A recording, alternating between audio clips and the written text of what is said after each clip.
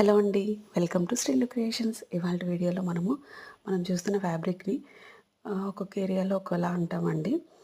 Jacquard cotton Banaras ఇలా డిఫరెంట్గా అంటుంటాము.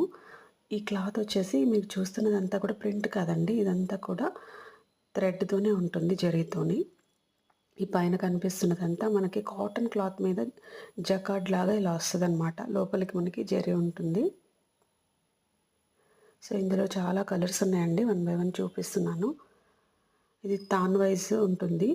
మీకు ఎన్ని మీటర్స్ కావాలో అన్ని మీటర్ వైజ్గా కట్ చేసిస్తాను. ఇది బ్లౌజ్గా చాలా బాగుంటుంది. డైలీ వేర్ పర్పస్లో రెగ్యులర్గా వాడచ్చు, కలర్ షేడ్ అవ్వదు, చాలా బాగుంటుందండి.